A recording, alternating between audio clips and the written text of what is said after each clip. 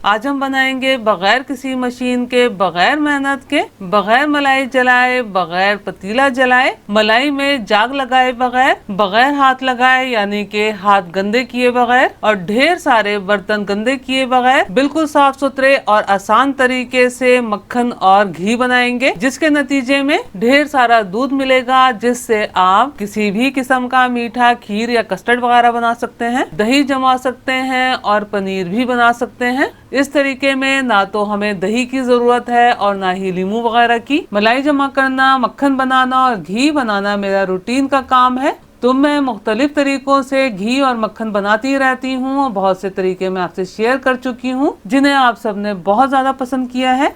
बिस्मिल्लाहिर्रहमानिर्रहीम। अस्सलाम वालेकुम फ्रेंड्स, उम्मीद है आप सब खैरियत से होंगे। इससे पहले जितनी भी घी बनाने की या मक्खन बनाने की मैंने रेसिपी शेयर की हैं, आप लोग थोड़े कंफ्यूज होते हैं कि आपका घी और मक्खन इतना येलो क्यों होता है, तो मैं आपको क्लियर कर दूं।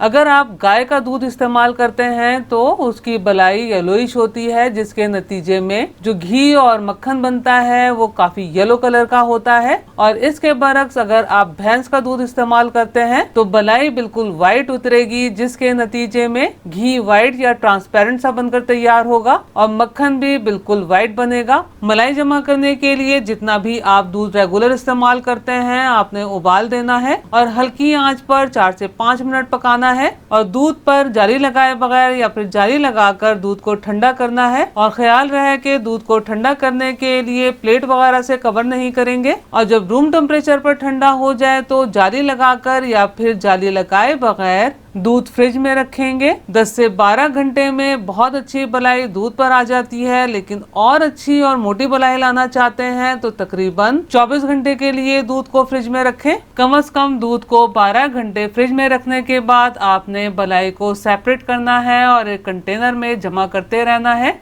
मलाई को कंटेनर में ट्रांसफर कर लेने के बाद आपने मलाई फ्रीजर में रखनी है ताकि मलाई खराब ना हो।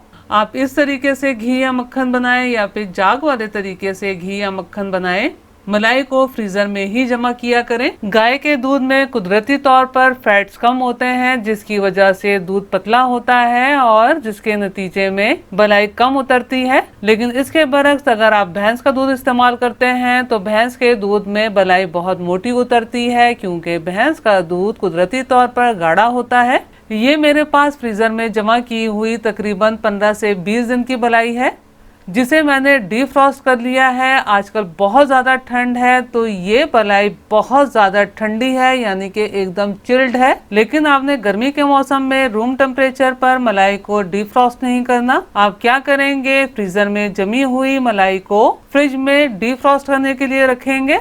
गर्मी के मौसम में 24 घंटे में बहुत आराम से फ्रीजर की जमी हुई बलाई डीफ्रॉस्ट हो जाती है। आप सेम प्रोसेस से ज्यादा मलाई में से भी मक्खन अलग करके घी बना सकते हैं। बस हमने क्या करना है, जिस तरह से मैं हैंड बीटर की मदद से मलाई को फेंट रही हूँ, इस तरह से आपने मलाई को फेंटना है और थोड़ा तेज हाथ से फेंटिएगा। आप यकीन जानिए ये तरीका बहुत आसान है और 4 से 5 मिनट में मलाई में से मक्खन सेपरेट हो जाता है। मलाई में जाग लगाने के नतीजे में हमें छाछ मिलती है। छाछ गर्मियों में तो पी ली जाती है, लेकिन सर्दियों में तबीयत खराब हो जाने के डर से छाछ पी नहीं जाती और आखिरकार ज़ाया करनी पड़ जाती है। तो इस तरीके से हमें दूध मिल जाता है, जो कि हम अपनी मर्जी से मुख्तलिफ तरीकों से इस्तेमाल कर सकते हैं। और इस प्रोसेस का रिजल्ट आप आखिर में देखिएगा कि कितने अच्छे तरीके से, कितना अच्छा और कितना सारा मलाई में मौजूद मक्खन और दूध अलग-अलग हो जाते हैं। इस पॉइंट तक मैंने मलाई को 2 मिनट फेंटा है। आप देख सकते हैं कि इसका टेक्सचर थोड़ा हैवी सा हो गया है, यानी कि बलाई या मलाई काफी गाढ़ी हो गई है। अब इस पॉइंट पर मैंने मलाई में तकरीबन पौना कप नीम गर्म पानी शामिल किया है। पानी इतना गर्म होना चाहिए कि आपकी उंगली बर्दाश्त कर सके। और इसके बरक्स अगर आप गर्मी के मौसम में इस प्रोसेस से मक्खन सेपरेट करके घी बनाते हैं तो बिल्कुल ठंडा बर्फ वाला पानी इस्तेमाल कीजिएगा। अब हमने मलाई को सिर्फ फेंटना है, मजीद गर्म पानी शामिल नहीं करना। तकरीबन 1.5 से 2 मिनट मजीद फेंटा है। आप देख सकते हैं कि ये मलाई कितनी ज़्यादा थिक हो गई है और इसमें से मक्खन सेपरेट होना शुरू हो गया है। अब इसके बाद प्रोसेस मैं फास्ट फॉरवर्ड कर रही हूँ ताकि आपको किसी भी किस्म का कोई शक शुबा ना रहे और आपको प्रोसेस भी ठीक से समझ में आ सके।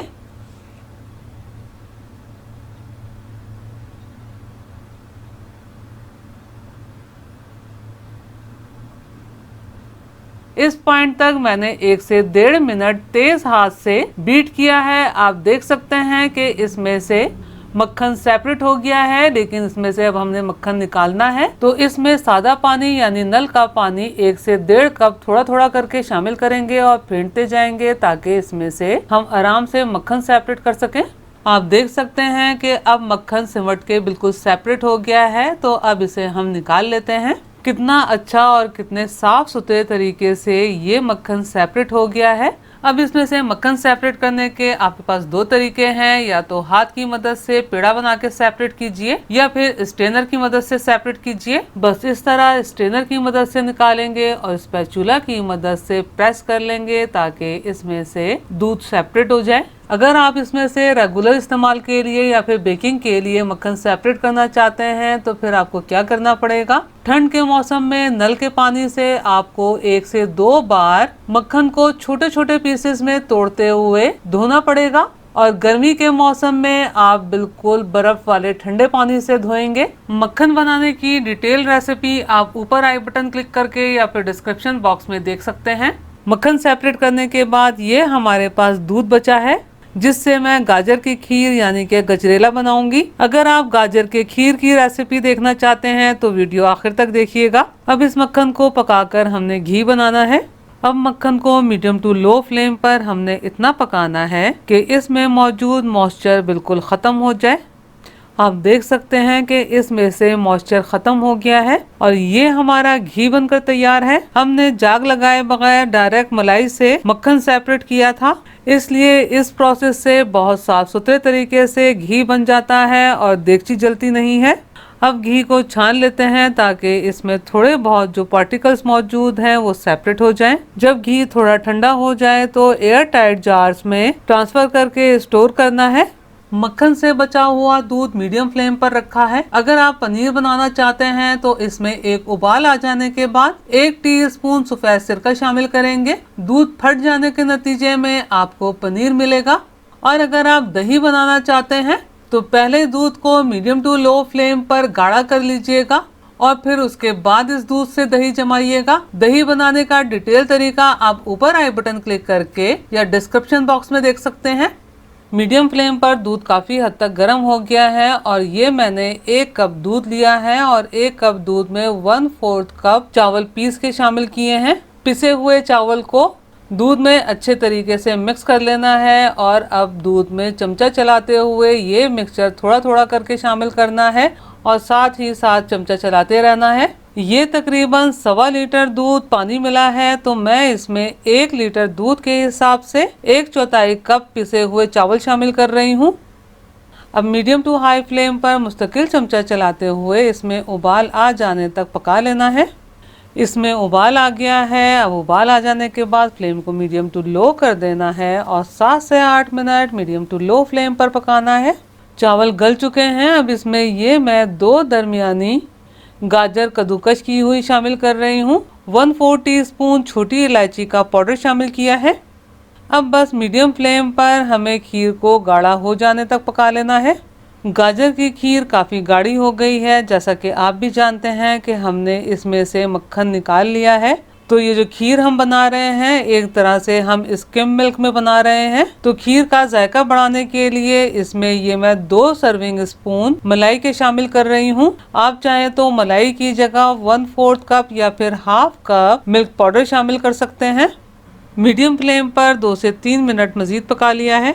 मीठे में हमेशा चीनी वगैरह आखिर में डाली जाती है, तो इसमें ये मैंने हाफ कप चीनी शामिल की है। अगर आप चाहें तो अपने हिसाब से चीनी कम या ज़्यादा भी शामिल कर सकते हैं। मीडियम फ्लेम पर 3 से 4 मिनट मैंने गाजर की खीर को मजीद पका लिया है। ये हमारी बहुत मज़ेदार गाजर की खीर बनकर तैयार है। आप मेरे तरीके से मक्खन घी वगैरह ज़रूर बनाइएगा और मुझे कमेंट्स करके बताइएगा कि आपको मेरी ये रेसिपी कैसी लगी। अगर आपको मेरा काम थोड़ा सा भी पसंद आया हो तो मेरी वीडियो को लाइक कीजिए, अपने दोस्त अहबाब में शेयर कीजिए, चैनल को सब्सक्राइब करना और बेल बटन को क्लिक करना बिल्कुल भी मत भूलिएगा। अल्लाह हम सब का दस्तरख्वान हलाल रिस्क से वसी तर फरमाए, आमीन। मुझे और मेरी फैमिली को भी अपनी दुआओं में याद रखिएगा। अपना और अपनी फैमिली का बहुत ख्याल रखिएगा। अगली रेसिपी की वीडियो तक के लिए अल्लाह हाफिज।